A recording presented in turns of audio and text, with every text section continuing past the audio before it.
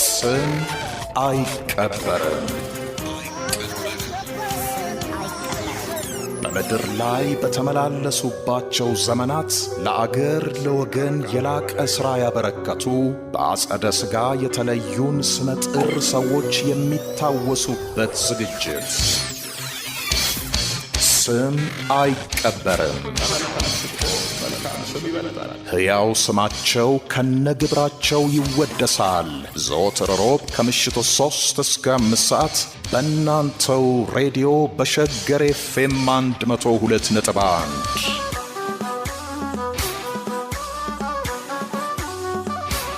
አዘጋጅና አቅራቢ ወንድሙ ኃይሉ።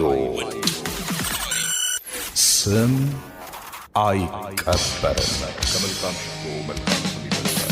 ጤና ይስጥልን፣ እንደምናምሽታችኋል የምንወዳችሁ የሸገር ቤተሰቦች። ይህ ሳምንታዊው ስም አይቀበርም ነው። በዛሬው ዝግጅታችን ዕውቁን የሙዚቃ ግጥምና ዜማ ደራሲ ያየሂራድ አላምረውን እናስባለን። ይህንን ፕሮግራም የጀመርነውም የእሱ ሥራ በሆነውና ጸጋዬ እሸቱ ባዜመልን 10ቱ ትእዛዛት ነው። የዚህ ፕሮግራም አዘጋጅና አቅራቢ ወንድሙ ኃይሉ፣ አብራችሁን እንድትቆዩ በአክብሮት ጋብዛለሁ። ስም አይቀበርም። ያየሂራድ አላምረው ከ1957 እስከ 2017። ስም አይቀበርም። ታዋቂው የግጥምና ዜማ ደራሲ ያየሂራድ አላምረው ያዩ በ1957 በልደታ አቅራቢያ በሚገኘው ቶሎሳ ሰፈር ነው የተወለደው። እድገቱም በዚያው ነበር። አባቱ ሻለቃ አላምረው መንገሻ ወታደር ሲሆኑ እናቱ ወይዘሮ አዳም ከበደ ይባላሉ። ወታደራዊ ካምፕ በነበረው አካባቢ ማደጉ የጦር ሰራዊት ሙዚቃ ክፍልን በቅርብ እንዲመለከት አድርጎታል። ያደግኩት ቶሎሳ ሰፈር የሚባል አካባቢ ነው። ቶሎሳ ሰፈር በአብዛኛው ምናልባት 90% የሚሆነው የወታደሮች ሰፈር ነው። እኔም የወታደር ልጅ ነኝ። አጠገባችን ሚሊተሪ ፖሊስ የሚባል ካምፕ አለ። ከዛ ማመላለሻ አለ። ከዛ ምድር ጦር ሙዚቀኛ አለ።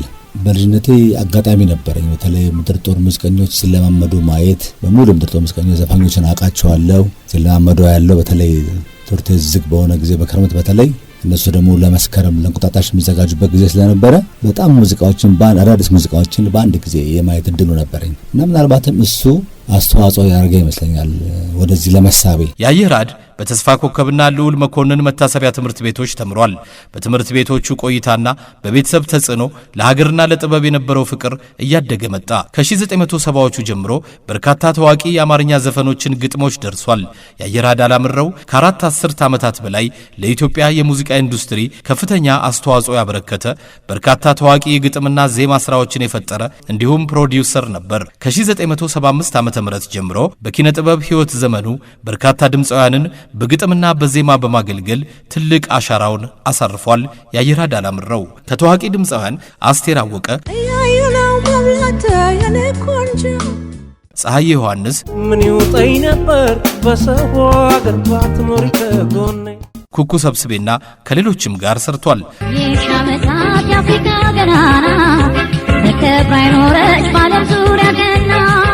ታላቁ የዜማና ግጥም ደራሲ ፕሮዲውሰርና የትላልቅ ሙዚቃዊ ፕሮጀክቶች አዘጋጅ የነበረው ያየሂራድ አላምረው ከበርካታ የድርሰት ስራዎቹ መካከል ለኩኩ ሰብስቤ ይቺ ነች ሀገሬ ያለበትን አልበም፣ የበርካታ ስራዎችን ግጥም፣ በኋላ ደግሞ የአፍሪካ ገናና አልበም ውስጥ ያሉ ድርሰቶችን፣ ለአስቴር አወቀ የሰበቡ አልበም ሙሉ ድርሰት፣ ለዳምጠው አየለ፣ ለኤልያስ ተባባል ቅሪብኝ፣ ለፀሐይ ዮሐንስ፣ ለቴዎድሮስ ታደሰ፣ ለተሾመ አሰግድ፣ ለተሾመ ወልዴ፣ ለኃይልዬ ታደሰ ይሞታሎይ አልበም ፕሮዲውሰሩ ራሱ ያየሂራድ ሲሆን የኢትዮጵያ አምላክና ይሞታሎይ የራሱ የያየሂራድ ድርሰቶች ናቸው። ያየሂራድ አላምረው ለጽጌ ሮማን አስናቀ፣ ለጸጋቸው ኃይለ ኢየሱስ፣ ለታደለ ሮባና ለብርሃኑ ተዘራ፣ ለደረጀ ደገፋው፣ ለጌራ ወርቅ ነቃ ጥበብ፣ በመጨረሻም ደግሞ ቆሜ ልመርቅሽ የጥላሁን ገሰሰ አልበም ላይ ራሱ ቆሜ ልመርቅሽን ጨምሮ የአልበሙን ድርሰት የሰራው ያየሂራድ አላምረው ነበር። ቆሜ ልመርቅሽን በተመለከተ ለአድማጮቻችን ላስተላልፍ እንፈልገው መልእክት አለ። ያ ሙዚቃ የተደረሰው ሙዚቃው ከተለቀቀበት 22 ዓመት በፊት ነው። ሰዎቹ ግን በወቅቱ ከተፈጠረ ሙዚቃው በተፈጠረበት ሰዓት ከተፈጠረው ስሜት ጋር ያገናኙታል። እኔ ትክክልና አለመሆኑ ልንጋራቸው ብዬ ነው። እርስ በርስ ጦርነት ተፈጥሮ ልክ ያንን ጦርነት በተመለከተ እንደተጻፈ አድርጎ የመተርጎም አዝማሚያ አለ። የኔ ብዕር ወደ ማንም ጣቱን አያመለክትም። ከልቡም ያን ሙዚቃ ላዳመጠ ሰው ኢትዮጵያ ሁሉ ጊዜ በፈተና ውስጥ በጦርነት ውስጥ መሳሪያ እንደተመዘዘባት እንደተደገነባት አንድም ፋታ ሳታገኝ ወረች ሀገር ነች።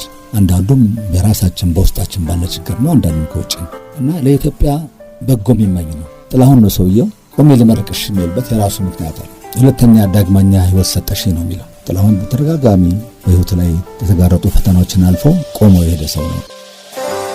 ቆሜ ልመርቅሽ ከዚያም አንድ ብር ለአንድ ወገን፣ ሀገር ፍቅር ክብር፣ ኢትዮጵያ በፊትም ወደፊትም የተሰኙ ትላልቅ ሀገራዊ መድረኮችንና ፕሮጀክቶችን በመምራት ከዩኤስአይዲ፣ ከአሜሪካን ኤምባሲ፣ ከወርልድ ባንክ፣ ከናይክ ፋውንዴሽን ጋር ሰርቷል። በአንድ ወቅት የአየር ራድ ራሱ እንደገለጸው ከዘፈን ግጥም የመጻፍ ዝንባሌው አስቀድሞ የጻፋት አንዲት የሬዲዮ ድራማ በእሁድ ፕሮግራም ኢትዮጵያ ሬዲዮ ላይ የመተላለፍ ዕድል በማግኘቷ በተማሪ ቤቱ መምህራንና በተማሪ ጓደኞቹ ዘንድ ዝነኛና ወደፊት በጥበብ ሕይወት እንደሚዘልቅ ተስፋውን ያመላከተች ነበረች። 8ኛ ክፍል ተማሪ ሆኜ በሬዲዮ የሚተላለፍ ተከታታይ ድራማ ጽፌ ነበረ።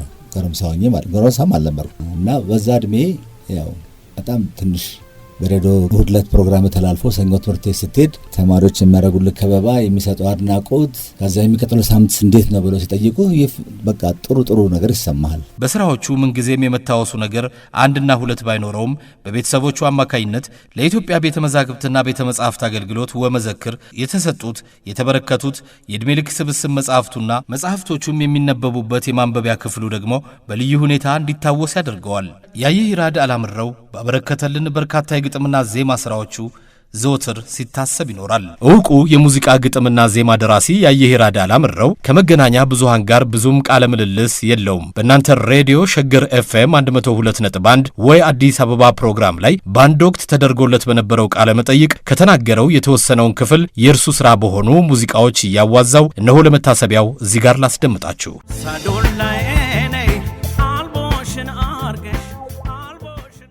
ያደግኩት ቶሎሳ ሰፈር የሚባል አካባቢ ነው። ቶሎሳ ሰፈር በአብዛኛው ምናልባት 90% የሚሆነው የወታደሮች ሰፈር ነው። እኔም የወታደር ልጅ ነኝ። አጠገባችን ሚሊተሪ ፖሊስ የሚባል ካምፕ አለ። ከዛ ማመላለሻ አለ። ከዛም ምድር ጦር ሙዚቀኛ አለ። ያደግኩበት ሰፈር አስተዋጽኦ ያደረገ ይመስለኛል። ወታደር ሰፈር ስታድግ ከሌላው ኢትዮጵያዊ በኢትዮጵያዊነት ይልቃል ለማለት ሳይሆን የተለየ ነገር ግን አለ። የምታዩ ነገር አለ። በቃ ለሀገሩ ዘብ የቆመ ሰራዊት ነው የምታየው እና ሁሌም የሚወራው ስለ ሀገር ነው፣ ለኢትዮጵያ ነው። ተወልጄ ባደኩበት ሰፈር ደግሞ ነፍስ ሳውቅ ትላልቅ ጦርነቶች የተካሄዱበት ዘመን ነበር እና በልጅነቴ አጋጣሚ ነበረኝ። በተለይ ምድር ጦር ሙዚቀኞች ሲለማመዱ ማየት። በሙሉ ምድር ጦር ሙዚቀኞች ዘፋኞችን አውቃቸዋለሁ። ሲለማመዱ ያለው በተለይ ትምህርት ዝግ በሆነ ጊዜ በክረምት በተለይ እነሱ ደግሞ ለመስከረም ለእንቁጣጣሽ የሚዘጋጁበት ጊዜ ስለነበረ በጣም ሙዚቃዎችን አዳዲስ ሙዚቃዎችን በአንድ ጊዜ የማየት እድሉ ነበረኝ እና ምናልባትም እሱ አስተዋጽኦ ያደረገ ይመስለኛል ወደዚህ ለመሳቤ። ከዛ በተረፈ 8ኛ ክፍል ተማሪ ሆኜ በሬዲዮ የሚተላለፍ ተከታታይ ድራማ ጽፌ ነበረ። ጎረምሳ ሆኜ ማለት ጎረምሳም አልነበርኩም እና በዛ እድሜ ያው በጣም ትንሽ በሬዲዮ እሁድ ዕለት ፕሮግራም ተላልፎ ሰኞ ትምህርት ቤት ስትሄድ ተማሪዎች የሚያደርጉልህ ከበባ፣ የሚሰጠው አድናቆት፣ ከዛ የሚቀጥለው ሳምንት እንዴት ነው ብለው ሲጠይቁ በቃ ጥሩ ነገር ይሰማሃል እና ያ መሰለኝ ወደዚህ እንድሳብ ያደረገኝ ዋናው መሰረቱ እሱ ይመስለኛል። ሌላ በልጅነቴ ያው መጽሐፎች ማንበብ ወደ ነበረ። ማንበብ መውደዴም እንድጽፍም እሱን ያሳተመው ኤሌክትራ ነበረ። እዛም ላይ ስሜ መውጣት ጀመረ። ከዛ እናስቴር የነኩኩ ተከተለ ማለት ነው።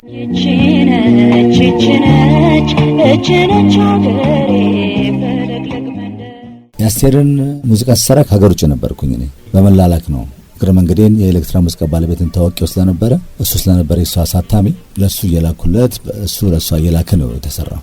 ዘፈኖች ተዘፍነው ካለቁ በኋላ ነው እኔ ያስቴርን አሜሪካን ሀገር ያገኘኋት። ሰው ማታቀኝም ምንም ማላቃትም ሰዎች ናቸው እሱ እኮ ነው ያየህ ይራድ ማለት ብለው ያስተዋወቋት። ስታየኝ ገና ጎረምሳ ነበርኩ እዛ ጊዜ። እንዴ አንተ ነህ ያየህ ይራድ ማለት ጥሞቹ ትልቅ ሰው ግጥም ይመስላል አለች። እኔ እስከዛሬ ድረስ አግብቼ አላቅም። እግዚአብሔር ይመስገን አንድ ልጅና 3 የልጅ ልጆች አሉኝ። እና እንደውም አግብታል እንዴ ሲሉኝ አይ ሳላደረሳቸው ነው የደረሱብኝ ይላል። ለምንድን ነው ያን ነገር የጻፍኩት? ሰርጎች ይሄዳለሁ፣ አጋጣሚ ሰርጎች ትሄዳለህ ወይ ከቤተሰብ ጋር ተይዘህ ምናምን ወይ ጎረምሳ ሆነህ በአጋጣሚ የሰፈርም የምን ሰርግ ትሄድ የሆነች ቦታ አለች በቃ ትንሽ የምታንሰፈስብ ቦታ ላይ ሙሽሮች ተያዘው ወይ ሙሽራይ ሲባል ይሆናል ምናምንና እኔ እንደዚህ የተሰማኝ ያገቡት ሰዎች በዚህ ሰዓት ምን ይሰማቸዋል የሚለው ነገር ሐሳቤ ውስጥ ተጫረ ማለት ነው። እና የሰርግ ትዝታው የሚለው ሐሳብ ከዛ ነው የመጣው። ከነበሩት ግጥሞችም የተወሰደ ባህላዊ ግጥሞች አሉት። ግን የአስቴርን ስታነሳልኝ አጠገቧን ብኖር ብዙ የምጨምረው ነገር ያለ አይመስለኝም።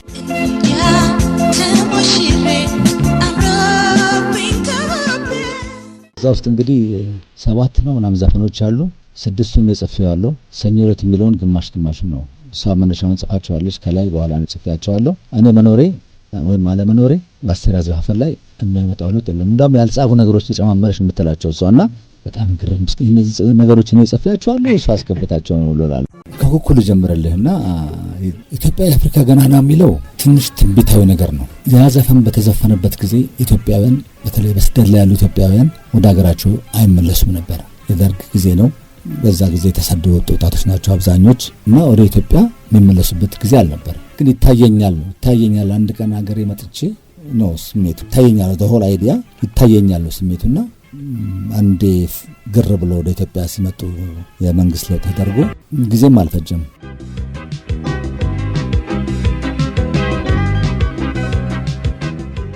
የአስቴር ላይ ስለ ሀገር ልጅ ናፍቆት እሱ ደግሞ ያው ውጪ ስለነበርኩኝ የተሰማኝ ስሜት ነው።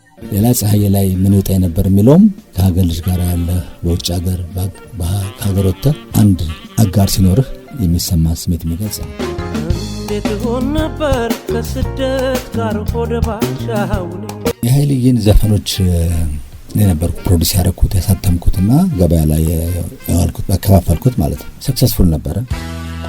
የኢትዮጵያ አምላክ ይፈርዳል ሳይውል ሳያድር ያሳየሁት ውጤት መሰለኝ ለዚህ እንድታጭ ያደረገኝ እና ተጠርቼ አቶ አብነት እና ሼህ አላሙዲ አመሰግናለሁ። ለዚህ በህይወት አንዴ ለሚገኝ አጋጣሚ ስላጩኝ አሁን ላይ ማመሰግናቸዋለሁ። ከዛ በቃ ማመን አልቻልኩም ከጥላሁን ጋራ አብሮ መስራት ማለት ከዛ በኋላ ባትሰራም ምን ትሰራለህ? ግን ቆሜ ልመርቅሽን በተመለከተ ለአድማጮቻችን ላስተላልፍ እንፈልገው መልእክት አለ። ያ ሙዚቃ የተደረሰው ሙዚቃው ከተለቀቀበት 22 ዓመት በፊት ነው። ሰዎቹ ግን በወቅቱ ሙዚቃው በተፈጠረበት ሰዓት ከተፈጠረው ስሜት ጋር ያገናኙታል። እኔ ትክክልና አለመሆኑ ልንገራቸው ብዬ ነው። ምክንያቱም ምን ለማለት ተፈልጎ የገባ ይመስለኛል። በቅርቡ ጦርነት የተፈጠረ እርስ በርስ ጦርነት ተፈጥሮ ልክ ያንን ጦርነት በተመለከተ እንደተጻፈ አድርጎ የመተርጎም አዝማሚያ አለ። የኔ ብዕር ወደ ማንም ጣቱን አያመለክትም። ከልብ ያንን ሙዚቃ ላዳመጠ ሰው ኢትዮጵያ ሁሉ ጊዜ በፈተና ውስጥ በጦርነት ውስጥ መሳሪያ እንደተመዘዘባት እንደተደገነባት አንድም ፋታ ሳታገኝ ኖረች ሀገር ነች።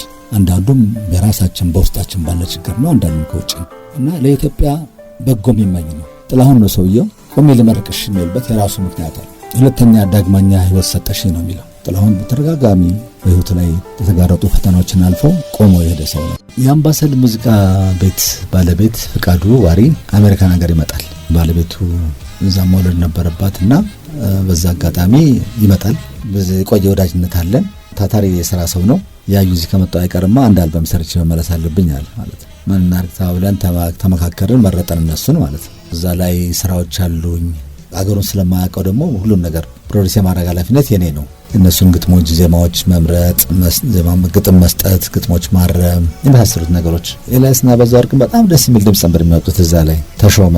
እሱን እንግዲህ ከፍቃዱን በማገዝ ነው ፕሮዲዩስ የማድረጉን ስራ በማገዝ ማለት ነው። ፍቃዱን እዛ ላይ ነው። ስራዎችም አሉኝ ፈጠራ ስራዎችም፣ ግን ፕሮዲዩስ በማድረግ ጨምራ አገዣለሁ። አሜሪካ ነገር ውስጥ የተቀረጸው የማርታ ላይ አሉኝ። አንዳንድ የቆዩ ግጥሞች ቢኖርበትም የራሴም አሉኝ። ንጋት የሚለው ዘፈን ሲደረስ ስራው ላይ ለመሳተፍ ስጠየቅ በቃ አእምሮ ውስጥ የመጣው እሱ ነው። ትእዛዛት ማለት ለማን ነበር? ግልጽ ነው። አርስቱ ገልጿልና እነዛን 10 ትእዛዛት ለምን ጽፌያቸዋለሁ እና የፈጣሪ ትእዛዝ ቢከበር ኖሮ መንገድ ላይ ፖሊስን ህግም ባልነበረ ነው እና ከምድሩ ይልቅ የሰማዩ ፈጣሪን ልክራና ክብር የሚታዘዝ ነው። ወደፊት ላይ ጸጋዬንም በዚህ አጋጣሚ እኔም ቢሆንልኝ በበገና እንደገና ቢሰራ እና ደግሞ እንደምናደርገው ቃል ገባለሁ። መኖረው ሌሎች ይሻሉ ለኤችአይቪ አዌርነስ ለመስጠት ግሬት ትራንዚት የመጣው ሀሳብ ነው እና እኛ ደግሞ እዛ ጊዜ ኖራለን ገና አሳተመን አዲስ አበባና በየክፍለ ሀገሩ በሚደረጉ ታላቁ ሩጫ ላይ ካሴት በነጻ እናድል ነበር። ከዛ ጋር ነው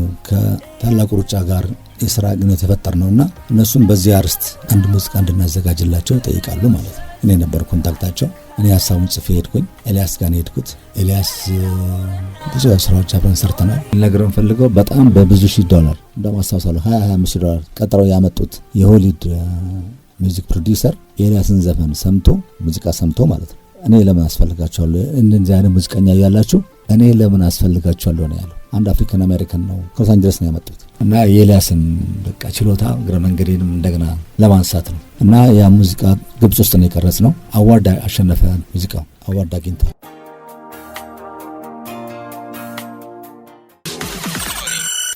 ስም አይቀበርም። ከመልካም ሽቶ መልካም ስም ይበልጣል። ወደ ኢትዮጵያ እንደተመለስኩ በሙዚቃ ትንሽ ከተነካ እንግዲህ ወደ ሙዚቃ ስራ መግባት ይዳዳሉ ለጊዜምና ክለብ ከፍተን ነበረ ከጓደኛዬ ጋር እና ሮያል ፓላስ ነው የምንለው። ያልንበትን ምክንያት በቃ ትልቅ ቪላ ነው፣ ግቢ ትልቅ ነው። በዛ ደረጃ ያው አዝማሪ ቤት ነው የሚባለው። መስከፍላወር ትልቅ ግቢ ነው። በዛ ጊዜ አዳዲስ ሙዚቀኞች ነው የሰበሰብነው። አፎንቴኖችም አንድ ላይ አልነበሩም፣ እኛን አንድ ላይ ያመጣናቸው። አበበ ተካ ገና ብዙም አይታወቅም። አሌክስ ነበረ፣ ማዲንጎብን ብዙም አይታወቅም እዛ ነበረ። ሂሮት የምትባል ልጅ ነበረችን። ግርማ ተፈራሙ ተወሰነ ጊዜ አብረውን ሰርተዋል። በጣም በጣም ፖፑላር ነበር። በቃ ቤቱ አልበቃ ብሎን ውጭ ሁሉ ባር ሰርተን እሳት እያነደድን ምናምን ጥሩ ጥሩ ሙዚቃ እያዳመጥን ጥሩ ወቅት ያሳለፍንበት ነው። ሌላው ጉራማይሌ ነው። ጉራማይሌ እዚህ ከሸገር ጎን የነበረ ነው። ጃዝ ብዙም ከተማ ውስጥ አልተለመደም፣ የዛ ጊዜ አልተለመደም። በተለይ መንዴ ናይት ሰዎች ይወጣሉ ብሎ ማንም አይጠብቅም። ያ ደግሞ ማንም ብዙም ሰው ማይንቀሳቀስበት መንዴ ናይት ነበር የመረጥኩት።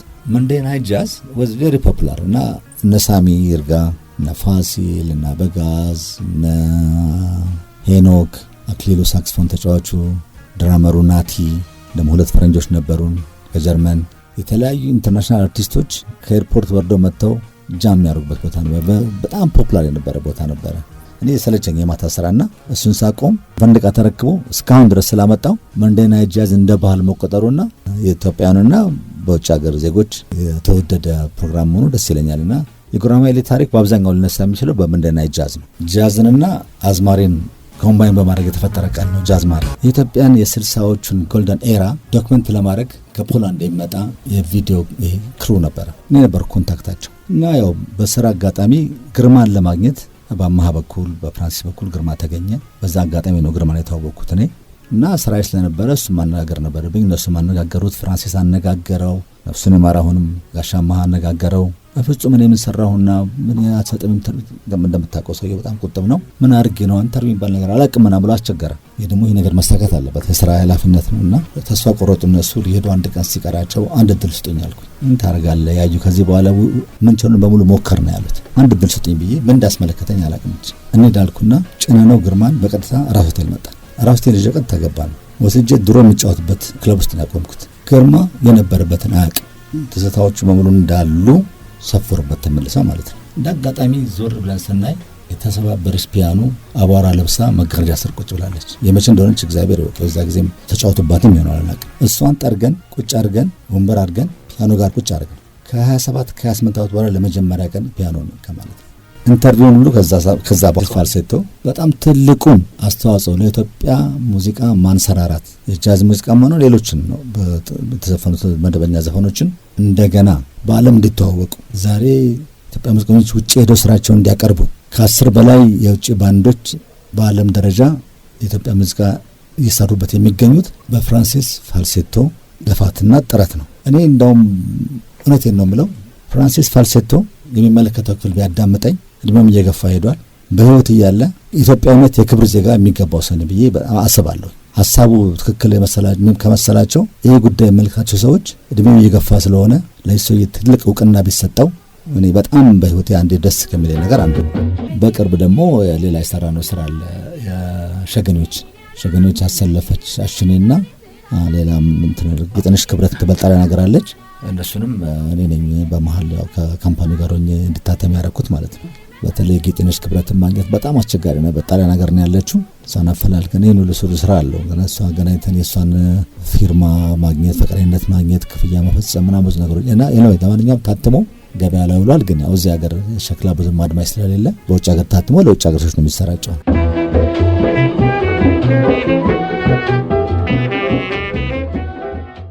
ጋሽ ባህሩን ያገኘኋቸው አሜሪካን ሀገር ነው።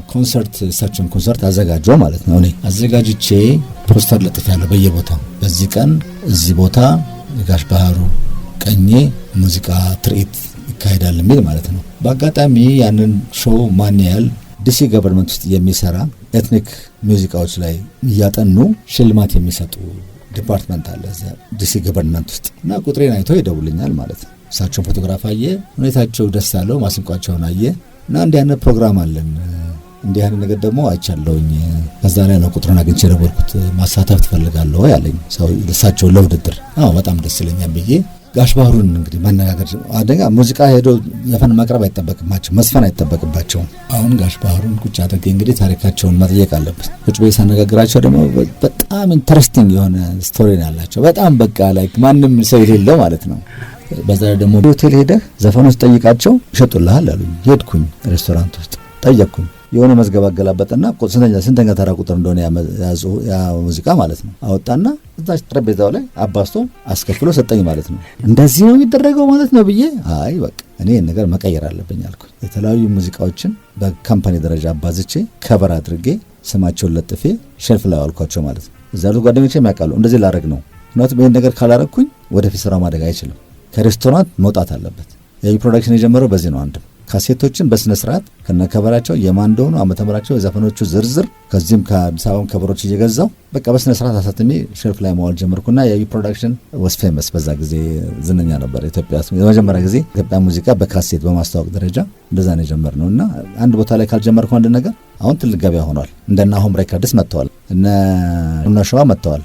አድማጮች ታዋቂውን የግጥምና ዜማ ደራሲ ያየሂራድ አላምረውን በስም አይቀበርም እያሰብን ነው። ዘንድሮ ታህሳስ 22 2018 ዓ.ም የያየሂራድ አላምረው መዘክርና የስብስቦቹ ቤተ መጻሕፍት ለመታሰቢያው ተከፍቶ ተመርቋል። በዚያ መድረክ ላይ ስለ እርሱ ከተናገሩት የጥበብ ሰዎች ውስጥ የብሔራዊ ቤተ መዛግብትና ቤተ መጻሕፍት ዋና ዳይሬክተር እንዲሁም የሙዚቃ ባለሙያው ሰርጸ ፍሬ ስብሐት ያለውን እዚህ ጋር ላስደምጣችሁ። ሁላችን በምናውቀው ታሪኩ ያየሂራድ አላምረው የግጥምና ዜማ ደራሲ እንዲሁም ፕሮዲውሰር እንዲያም ስል የታላላቅ ሙዚቃ ፕሮጀክቶች ነዳፊ ኢንተርፕረነር ለብዙዎቻችን በሚያስገርምና በሚያስደንቅ ብዙም ባልተነገረለት ጥቂት የቅርቦቹ በሆኑ ወዳጆቹና በቤተሰቦቹ ዘንድ ብቻ በሚታወቅ ልምዱ የንባብ ፍቅሩን ብዙ እጥፍ የሚያስከነዳ መጽሐፍ ሰብሳቢነቱ አስደናቂ ነበር።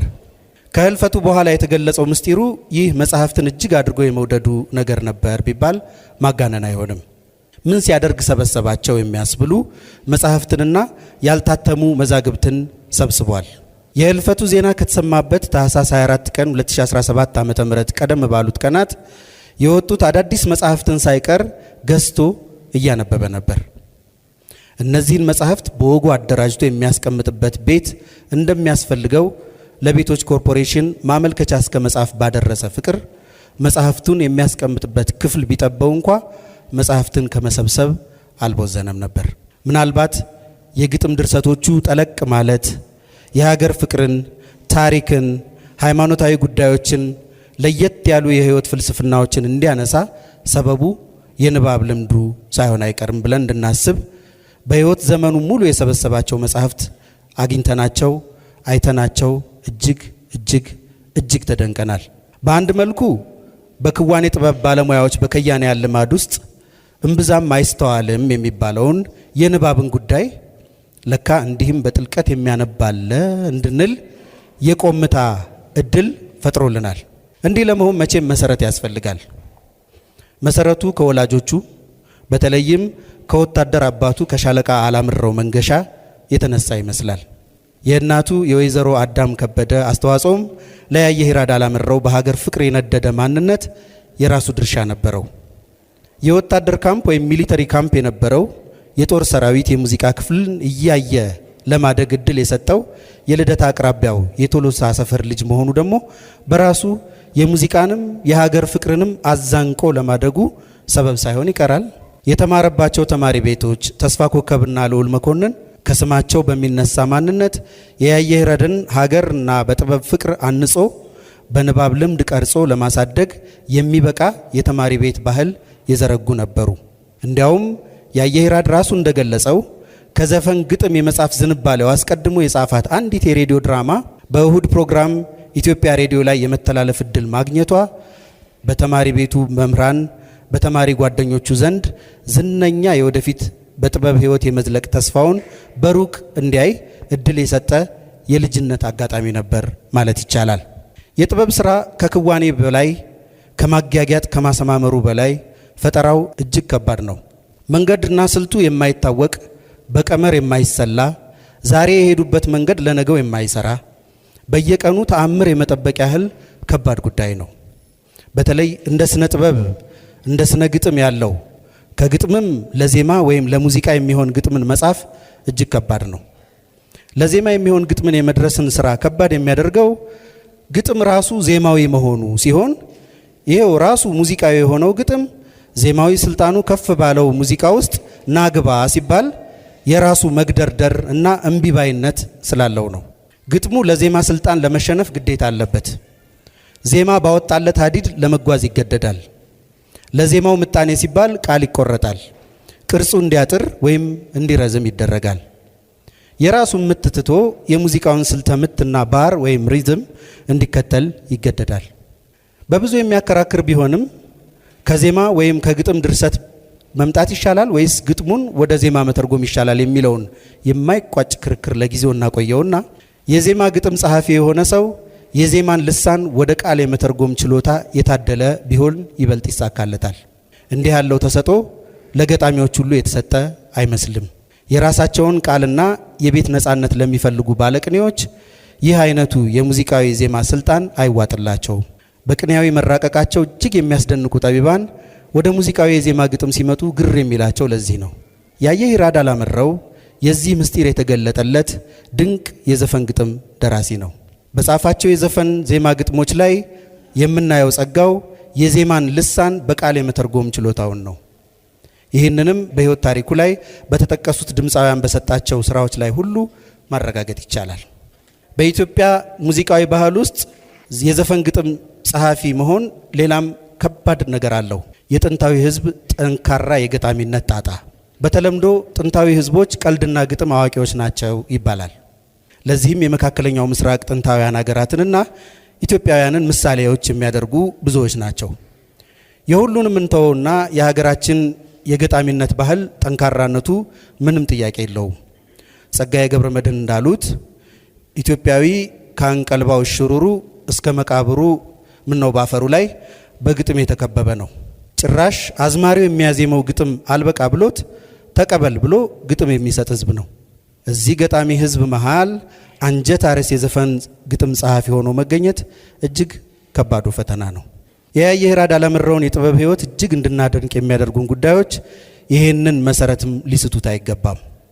ሁሉም የፈጠራ ጉዞዎች የየራሳቸው ፈተና ያለባቸው ቢሆንም የዘፈን ግጥም ደራሲነት የሚጨምራቸው ከሌላኛው የሙዚቃ ጥበብ ጓዝና ቅንጣቶች የሚነሱ ፈተናዎች አሉበት። እንደ ያየህ ይራድ አላምረው ያሉትን የዘፈን ግጥም ደራሲዎች እጅግ እንድናደንቃቸው የምንገደደው በዚህና ከራሱ ከገጣሚነት ችሎታው በሚመነጭ ጠቢብነታቸው ምክንያት ነው። የሻምበል አፈወርቅ ዮሐንስ፣ የተዘራ ኃይለ ሚካኤል፣ የተስፋዬ አበበ፣ የሸዋሉል መንግስቱ፣ የዓለም ፀሐይ ወዳጆ፣ የይልማ ገብረአብ፣ የሙሉጌታ ተስፋዬ፣ የተመስገን ተካ እና የሌሎችም እዚህ ዘርዝረን የማንጨርሳቸው ታላላቅ የዘፈን ግጥም ደራሲያን የዜማ ግጥም ደራሲነት ጉዞ መንገዱ ስልቱና አቅዱ ይሄን ይመስላል። ያየህ ይራድ ዜማን ወደ ግጥም የመተርጎም ስራን ብቻ ሳይሆን ዜማን እና ግጥምን በአንድ ላይ የመፍጠር ስራ የሰራባቸው የሙዚቃ ስራዎችም ቁጥራቸው ቀላል አይደለም። ዜማና ግጥም መንታ ሆነው ከአንድ የፈጠራ ሰው ሲወለዱ የሚታይ ሌላ ውበትም ይኸው ነው። ታላቁ የዜማና የግጥም ደራሲ ፕሮዲውሰር እና የትላልቅ ሙዚቃዎች ፕሮጀክቶች አዘጋጅ የነበረው ያየህ ይራድ አላምረው ከበርካታ የድርሰት ስራዎቹ መካከል ለፀሐይ ዮሐንስ፣ ለቴዎድሮስ ታደሰ፣ ለተሾመ አሰግድ፣ ለተሾመ ወልዴ፣ ለኃይልዬ ታደሰ፣ ለርጽጌ ሮማን አስናቀ፣ ለጸጋቸው ኃይለ ኢየሱስ፣ ለታደለ ሮባ፣ ለብርሃኑ ተዘራ፣ ለደረጀ ደገፋው፣ ለጌራ ወርቅ ነቃ ጥበብና በመጨረሻ ደግሞ ቆሜ ልመርቅሽ የጥላሁን ገሰሰ አልበም ላይ ራሱን ቆሜ ልመርቅሽን ጨምሮ የአልበሙን ድርሰት የሰራው ያየህ ይራድ አላምረው ነበር። ለኩኩ ሰብስቤ ይችነች አገሬ ያለበትን አልበም በርካታ ስራዎች ግጥም፣ ለአስቴር አወቀ የሰበቡ አልበም ሙሉ የግጥም ድርሰት ለኤልያስ ተባባል ቅሪብኝ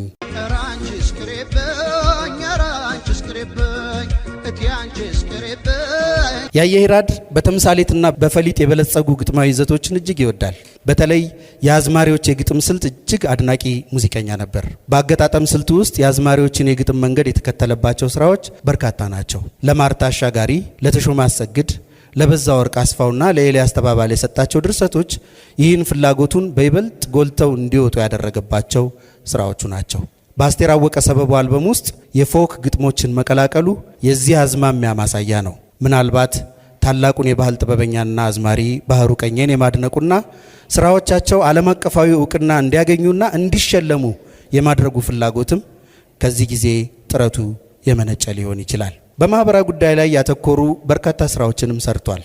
በተለይ እኖራለን ገና አልበም ፕሮጀክቱን ከመምራት እስከ ድርሰት ትልቅ ስራ የሰራበት አልበም ነው።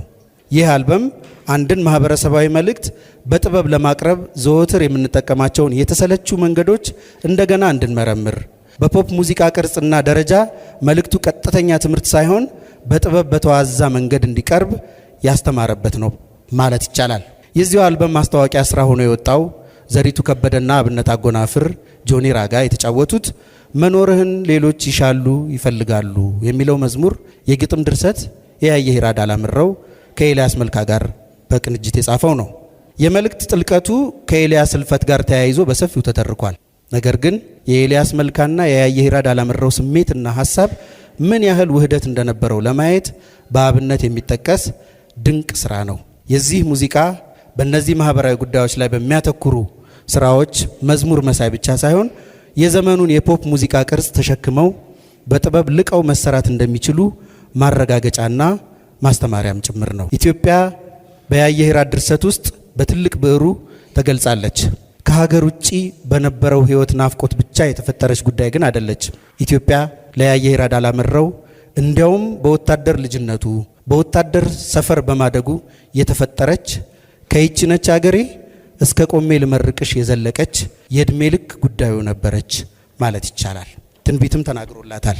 የሺህ ዓመታት የአፍሪካ ገናና ተከብራ የኖረች በዓለም ዙሪያ ገና ኢትዮጵያ ዳግም እንደገና ይታየኛል የአገር አውራ ሆና ኩኩ ሰብስቤ የተጫወተችው ነው። የሺህ ዓመታት የአፍሪካ ገናና ተከብራ የኖረች በዓለም ዙሪያ ገና የኢትዮጵያ አምላክ ይፈርዳል ሳይውል ሳያድር ይጥልላታል ጠራቷን ባንዲራው ስር አይቀር አንድ ቀን መድረሱ ወቅቱን ጠብቆ ማሪኝ ይላታል ጠላቷ እግሯ ላይ ወድቆ።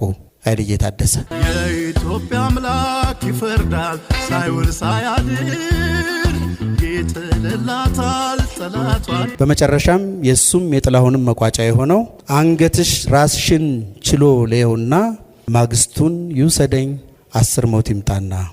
አንገትሽ ራስሽን ችሎ ለየውና አንድ ብር ለአንድ ወገን በሀገር ፍቅር ክብር ኢትዮጵያ ወደፊትም የተሰኙ ትላልቅ አገራዊ መድረኮችና ፕሮጀክቶችን በመምራት ከዩኤስአይዲ፣ ከአሜሪካን ኤምባሲ፣ ከሲዲሲ፣ ከወርልድ ባንክ፣ ከናይክ ፋውንዴሽን ጋር ሰርቷል። 1957 ወደዚች ዓለም መጥቶ ታህሳስ 24 ቀን 2017 ዓ.ም በድንገት ከዚች ዓለም በሞት የተለየው ያየሂራድ አላምረው በዚች አጭር ማስታወሻ ተዘርዝረው የማያልቁ በጥበብ ሰውነቱ በግዝፈት ምን ጊዜም የሚያስጠሩትን በርካታ ስራዎች ሰርቶ አልፏል። በስራዎቹ ምን ጊዜም የመታወሱ ነገር አንድና ሁለት ባይኖረውም በቤተሰቦቹ አማካኝነት ለኢትዮጵያ ቤተ መዛግብትና ቤተ መጻሕፍት አገልግሎት ወመዘክር የሚሰጡት የሚበረከቱት የእድሜ ልክ ስብስብ መጻሕፍቱ እና እነዚህን መጻሕፍት ተረክቦ የሚያስነብብበት የማንበቢያ ክፍሉ በልዩ ሁኔታ ያየሂራድ እንዲታወስ እንደሚያደርገው አይጠረጠርም። በዚህ በያየሂራድ አላምረው ስም በተሰየመ የንባብ ክፍል ውስጥ የሚያሳልፉ አንባቢያንም ከንባብ በላይ የሆነ ቦታ ላይ እንደተገኙ ማሰብ ይቻላል። የዚህን ታላቅ ደራሲ ቀልብ መግዛት የቻሉ የእርሱ መዳፍ ይዟቸው የአይን ትኩረቱ ያረፈባቸውን መጽሐፍት ማንበብ ትርጉሙ እንዲህና እንዲያ ነው የሚባል አይደለም። ይህ ታህሳስ 22 ቀን 2018 ዓመተ ምህረት መርቀን የአርቲስቱ የያየሂራድ አላምረው መዘክርና የስብስቦቹ ቤተ መጻሕፍት ሌሎች እዚህ ያላችሁ ጠቢባን እንዲሁ ስራዎቻችሁን እና የመጻሕፍት ስብስቦቻችሁን ለዚህ ታላቅ ተቋም እንድትሰጡ ያነሳሳል የሚል ተስፋ አለን። ይሄ ተቋም በ1936 ዓመተ ምህረት ሲመሰረት ዛሬ 82ኛ ዓመቱ ነው። መጀመሪያ ግርማዊ ቀዳማዊ ንጉሠ ነገሥት አጼ ኃይለ ሥላሴ በሰጧቸው መጽሐፍት ነው የጀመረው። ከ1500 በላይ መጽሐፍትን ሰጥተው ነው ያስጀመሩት። ይሄንን ፈለግ ነው እንግዲህ ያየሂራድ አሁን በቤተሰቦቹ አማካኝነት የተከተለው። የብዙዎቻችሁ የሙዚቃ ስራ እኛ ጋር እንዳለ የምታውቁ አይመስለንም። በአዋጅ በተሰጠው ስልጣን መሰረት 3 ኮፒ የሁላችሁም ሙዚቃ እኛ ጋር ይሰበሰብ ነበር። እንግዲህ ቲዩብ እና ይሄ ዲጂታል ቴክኖሎጂ እስኪመጣ ድረስ ፊዚካሊ በሚታተሙት በቫይናል፣ በሪል፣ በቴፕ፣ በሲዲ የወጡ ስራዎቻችሁ በሙሉ እኛ ጋር አሉ፣ ግን በይፋ ማስረከብን ይጠይቃሉ። በዚህ አጋጣሚ ሁላችሁንም በዚህ መድረክ የምጠይቃችሁ የጥበብ ስራዎቻችሁን ይዛችሁ እንዲህ የያየሂራድ ቤተሰቦች እንዳደረጉት መታችሁ ብታስረክቡን ከግማሽ ምዕራፍ በላይ ሄደን የምንቀበላችሁና በደስታ በህዝብ ፊት ለህዝብ አገልግሎት የምንረከባችሁ መሆኑን እንድታውቁልን መንገር እፈልጋለሁ። በመጨረሻም ይህ እንዲሆን ትልቅ ድርሻ የተወጡትን የያየሂራድ አላምረውን ቤተሰቦች በተለይም ጎንበስ ቀናው በጣም የበዛባትን እህቱን ወይዘሮ ሂሩት አላምረውን መጽሐፍቱ በዚህ ተቋም እንዲህ ያለ ስፍራ አግኝተው ለትውልድ የሚተርፍ ቁም ነገር እንዲሰራባቸው ላደረጉት ጥረት እና ልግስና ተቋማችን እጅግ አድርጎ ያመሰግናል። በጣም አመሰግናለሁ። እግዚአብሔር ይስጥልኝ።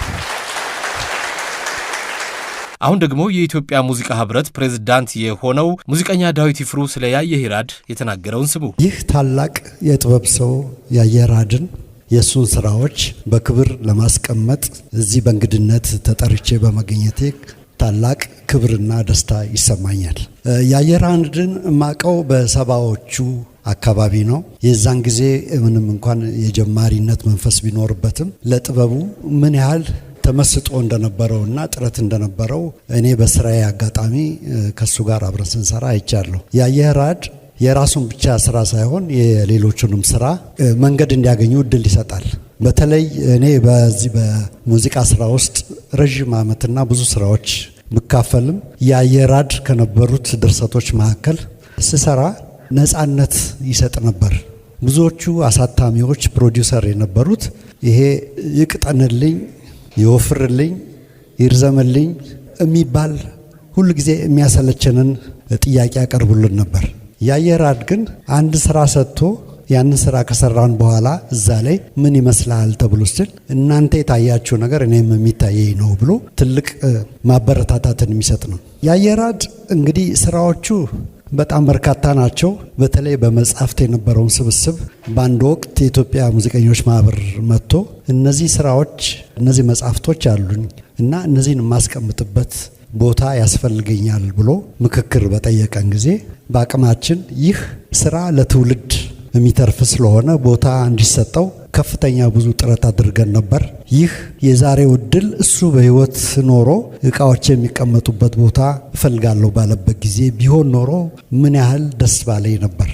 ያም ሆነ ይህ ያየሂራድ ስራዎች ዛሬ በክብር እንዲቀመጡ ይሄ እድል ተመቻችቷል። እሺ የያየሂራድ ስራዎች ዛሬ ይቀመጣሉ። እኛስ ላለፉት 40-50 ዓመት የሰራናቸው ስራዎች በቁጥር እናውቃለን ወይ? አብዛኞቹ አርቲስቶች ሲጠየቁ ስንት ስራ ሰርተሃል ሲባል በግምት ይሄን ያህል ነው የሚሉት።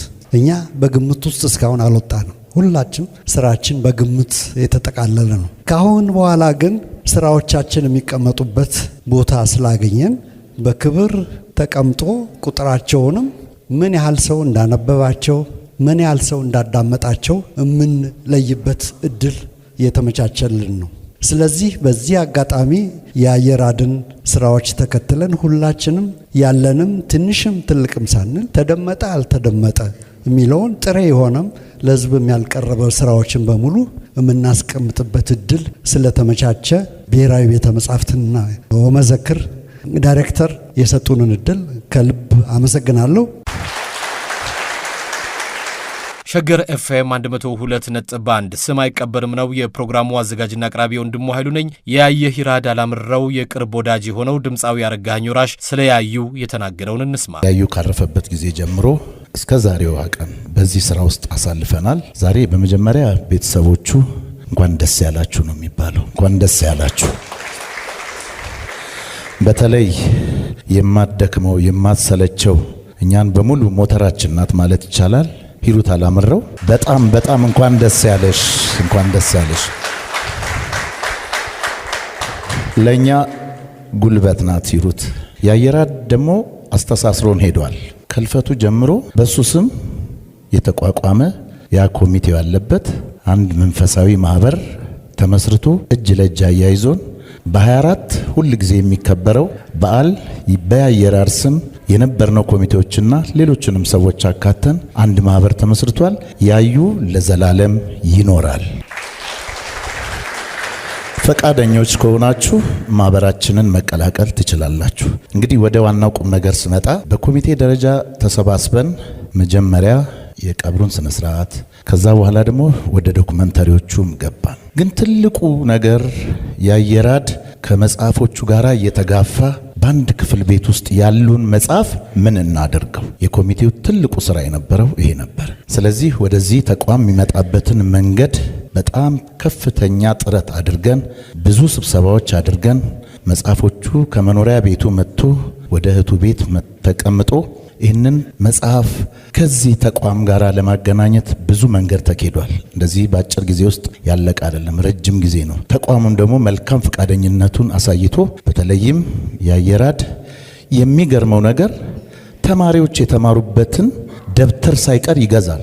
ሰው አያደርገውም። ይሄንን ቀዶ ይጥላል እንጂ የተማሩበትን የጻፉበትን በራቻቸው እጅ ጽሑፍ የተጻፈውን ደብተር እንኳን ሳይቀር ሳይሰሰት ይገዛ ነበር። ያዩ የሚገርም ነው። ተቀደው የሚጣሉትን ታሪኮች በሙሉ አስቀምጧል።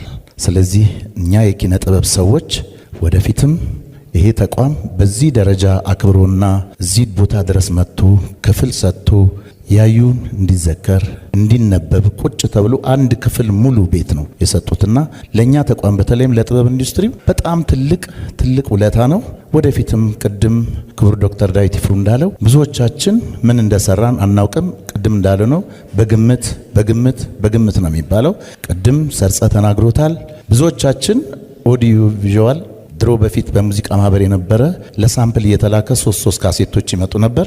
እሱን እናውቃለን። እሱ ሊኖር ይችላል። ግን በአብዛኛዎቹ ይሄ ሶሻል ሚዲያው ከገባ በኋላ ግን እነዚህ ቅርሶች አልተሰበሰቡምና ወደፊትም የጥበብ ባለሙያዎች የሚመለከታችሁ ቅድም እንደተባለው ወደዚህ ተቋም አምጥቶ ማስቀመጥ ይገባል እንላለን። በጣም እጅግ አድርገን ተቋሙን እናመሰግናለን።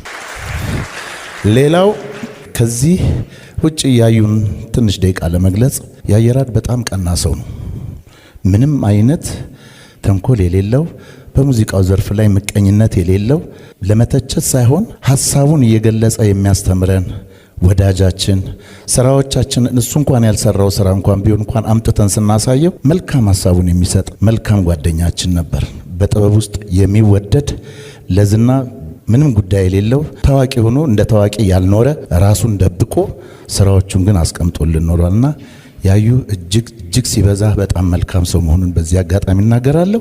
አዳዲስ ቃላቶችን በማምጣት ብዙ ነገሮችን ሐሳብ የሚሰጠን ስራችንን የምንቀጥልበትን መንገድ ሲያግዘን የኖረ ነው። ለሁላችንም በጣም መልካም ሰው ነበርና ያዩ ሁሉ ጊዜ እናስታውሰዋለን፣ እንወደዋለን። የሚገርመው ግን በአንድ ዓመት ውስጥ ሰው አርፎ ይሄ ሁሉ ነገር ተሰርቶ በ24 አንድ ዓመቱ ነው። ዛሬ በዚህ ደረጃ ቤተሰቦቹ ልብሳቸውን አውልቀው ዛሬ ደስ ያላቸው ቀን ስለሆነ እኔም በጣም ደስ ብሎኛል። እናንተም እንኳን ደስ ያላችሁ። ኮሚቴዎቹን በሙሉ ለዚህ ስራ የሰራችሁት በሙሉ ከልብ እናመሰግናለን። በተለይ ተቋሙን በጣም አድርጌ ያመሰግናለሁ። እግዚአብሔር ይስጥልኝ። ሂሩት አላምረው የእውቁ የግጥምና ዜማ ደራሲ የያየሂራድ አላምረው እህት ናት። ስለ ወንድሟ በያየሂራድ አላምረው ስም በተሰናዳው መዘክርና የስብስቦቹ ቤተ መጻሕፍት ምረቃ ጊዜ ተናግራ የነበረውን አሁን አስደምጣችኋል። ዛሬ ለኛ በጣም ለያዩ ቤተሰቦች በጣም ትልቅ ቀን ነው። በመጀመሪያ ይሄንን ሁሉ ላደረገ ለእግዚአብሔር ክብር ምስጋና ይግባው። እኔ የጠየቅኩት እግዚአብሔርን አነሳ አድርጌ ነበር። እኔ አላቅም ወንድሜ ምን እንደፈለገ መንገዱን ምራኝ የወንድሜ ነፍስ የማያዝንበትን የሚደሰትበትን በጣም ወደው ወንድሜ ባለውለታ ወንድሜ ነው። እንዳላሳዝነው እየተሳቀኩኝ ነው። መጽሐፎቹ ተሰብስበው እኔ ጋር ሲቀመጡ እግዚአብሔር ግን ከጠየቁት በላይ ያደርጋል። መንገዱን ሳይሆን መመራሽ እስከ ቦታው ነው ማደርስሽ አለኝ። ክብር ምስጋና ይግባው እና በመጀመሪያ ያው ወዳጆች እያማከርኩ በመጽሐፉ ዙሪያ እውቀት ያላቸው ሰዎች ስቴፑ እንዴት እንደሚሆን አስረዱኝ። በጽሁፍም ልከውልኝ ውጭም ያሉ እዚህም ያሉ መጀመሪያው ዋናው አፕሮች ማድረግ ያለብኝ ትክክለኛው ተቋም ወመዘክር እንደሆነ ተነገረኝ። እንደዚህ አይነት ለጥበብ ክብር፣ ለታሪክ ክብር በቃ ያዩን ከማንም በላይ የሚያውቀው ሰው ጋር እንደመጣሁ ነው የገባኝ። እናንተ መስራት ያለባችሁን ሰርታችኋል። ከዚህ በኋላ የኛ ስራ ነው እናሳውቅሻለን ምን እንደሚሆን አለኝ። እኔም አንድ ቃል አልኩት፣ ያዩ የሚመጥነውና ለያዩ ክብር የሚመጥን ነገር እናንተ ካረጋችሁልን የመጀመሪያው ኦፕሽን ይሄ ነው። ኦፕሽን ብናጣ ግን እኔ የሚመስለኝ እኔ ደግሞ እስከምሞት ቁልፉን ቆልፈን ቁጭ አድርጌዋለሁና መጽሐፉን ይዞ ቁጭ ምል ነው የሚመስለኝ። ሌላም ሰው ሳላማክር እንደሱ አልኩኝ። በጣም ፈራሁ። ያዩ እንደዛ የሚወዳቸው እኛን በጣም ይጎዳል። ይሄ ሁሉ እህትና ወንድም እያለ እንዴት ብቻውን ያዩ ምንህን ነው ሳንልህ ብለን ያለቀስ ነው። በኋላ እየገባኝ መጣ። ያዩ በጣም ከልጅ ልጆቹ ከእህት ከወንድም የመረጣቸው መጽሐፎቹ መሃል ሆኖ ምናልባት እየተነጋገሩም ይሆናል አላቅም። እነሱ መሃል ነው ረፍቱን የፈለገው። የመጨረሻ ስንፋሱን ማደራጀቱን ስለጨረሱ ወደ ማጓጓዝ ከዛም ሼልፎች ላይ ወደ ማድረግ ተገደ። እዚህ ቤት ያገኘነው ክብር እንደዚህ ለታሪክ እንደዚህ አይነት ክብር እኔም በራሴ አፈራለሁ። አላቀውም። በያዩ ምክንያት ነው ያወቅኩት። ያዩ የሚያስበው የነበረው ይሄ ሰው ነው የሚሉኝ ሲያደራጁ በጣም ትላልቅ ባለሙያዎች ናቸው። እናንተ እንዳላደክም ነው 6 ባለሙያዎች አሁንም አሉ። አሁንም ሼልፉ ላይ ያደረጉት ይሄ ሰው የሚፈልገው የነበረው በእርግጠኝነት ላይብራሪ መክፈት ነው። እኛ እዚህ ያገኘነው ሌላ ናሽናል ላይብራሪ ነው። ስለዚህ እንዲህ ነበረ እያሉ ሲነግሩኝ ኦኬ ያዩን እየሳልኩት መጣለሁ።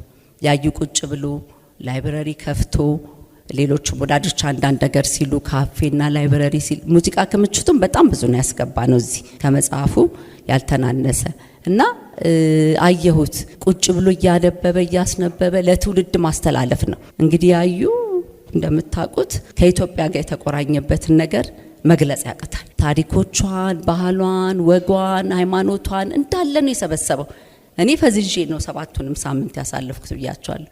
እና ከዚህ ተሻለ ተቋም መጥቼ ስጎበኘውማ ኢትዮጵያ እንዳለ እዚህ ግቢ ነው ያለው። እሺ ወጥቼ እንደ ቱሪስትም እየዞርኩም ባላይ እንዴት እናላየው የሚለው ነው የገረመኝ። የመጽሐፎቹ ሲገርመኝ ከጃንሆይ ጀምሮ የእሳቸው ላይብረሪ፣ የብራናው ክፍል፣ የኦዲዮ ቪዥዋሉ ክፍል በጣም አስገረመኝ። እና አምላኬ ምንድነው ያለኝ? አንቺ መንገድ አሳየኝ ነው ያልሽኝ። እኔ ግን እስከ ቦታው ይዤ ያዩን የት እንደሚቀመጥ እኔ ነኝ እማረገው አለ። ይሄንን ላደረገልኝ ለእግዚአብሔር በጣም አመሰግናለሁ። እንደዚህ እንባ የሚያስጠርግ ታሪክ ያለው ወንድም ስላለኝ እንባዬ ስለታበሰ ጥቁሩን ስላወለቀን ያዩ ዝም ቢልም ታሪኩ ከመቃብር ውስጥ ፈንቅሎ አውጥቶታል። ያዩ ከኢትዮጵያ ጋር የተገናኘው በግጥም በመጽሐፍ አገሬ አገሬ በሚለው ሳይሆን ታሪኳ ያሳሰዋል፣ ይሰበስበዋል። ልክ እንደዚህ እንደሳሳላት እሱ እንደጻፈላት እንደሰነደላት እንደተረከላት ዛሬ ኢትዮጵያ በወርቅ ስሙን ጽፋዋለች፣ ውለታውን መልሳለች። በጣም አመሰግናለሁ። ያዩ አልሞተም። ያዩዬ በጣም ነው የምወድህ። አንተም ነፍስህ ትረፍ፣ እኔም እተኛለሁ። በጣም ደስ ብሎኛል። እንደገና በጣም አመሰግናለሁ። ሰርጸ ባለሙያዎቹ እኔን ሁሉ ያረጋችሁትን ሁሉ አመሰግናለሁ። እግዚአብሔር ክብር ምስጋና ይግባው። ርክክቡ ያው መጽሐፉ ቅድም አልተዘረዘረም። መጽሐፍት ብቻ ከ5000 በላይ ነው። መጽሔቶቹ ከዛ ያልተናነሱ በጣም ታሪካዊ 1928 ዓመተ ምህረት ድረስ ያለ ነው። በጣም ጥልቅ ነው። ታዩታላችሁ በኋላ። እነሱን ሁሉ መረካከብ ይከብዳልና ኦሬዲ ስለተቀመጡ፣ ዛሬ ግን ለሰርጸ ቆልፍ ያስቀመጥኩት እዚህ እንደሚገባ ልብ ያቅ ነበር። እዚህ ሲገባ ግን ምንድነው በተለየ ሁኔታ ምሰጠው ስል እንደዚህ ለተከበርንበት ቤት ደግሞ የመጀመሪያው የወመዘክር መተዳደሪያ ደንብ ተቋም ውስጥ የሌለው 1936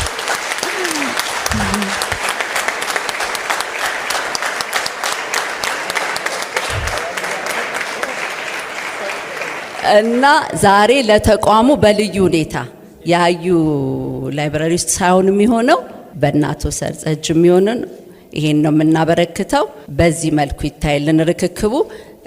ክቡራቱ ሰርጸ ግን መጀመሪያው ፔጅ ላይ ያለችዋንም ታነብልናለ። ይሄ መመስረቻ የለንም። መጀመሪያ ልንገራችሁ፣ ይሄ ቤተ መዛግብት 82 ዓመቱ ነው። 1936 ከተመሰረተ ጊዜ ጀምሮ መጽሐፍት ሰብሳቢ ነው። የራሱ ዶክሜንት አልነበረውም። ያዩ ግን ይዞለት ነበር።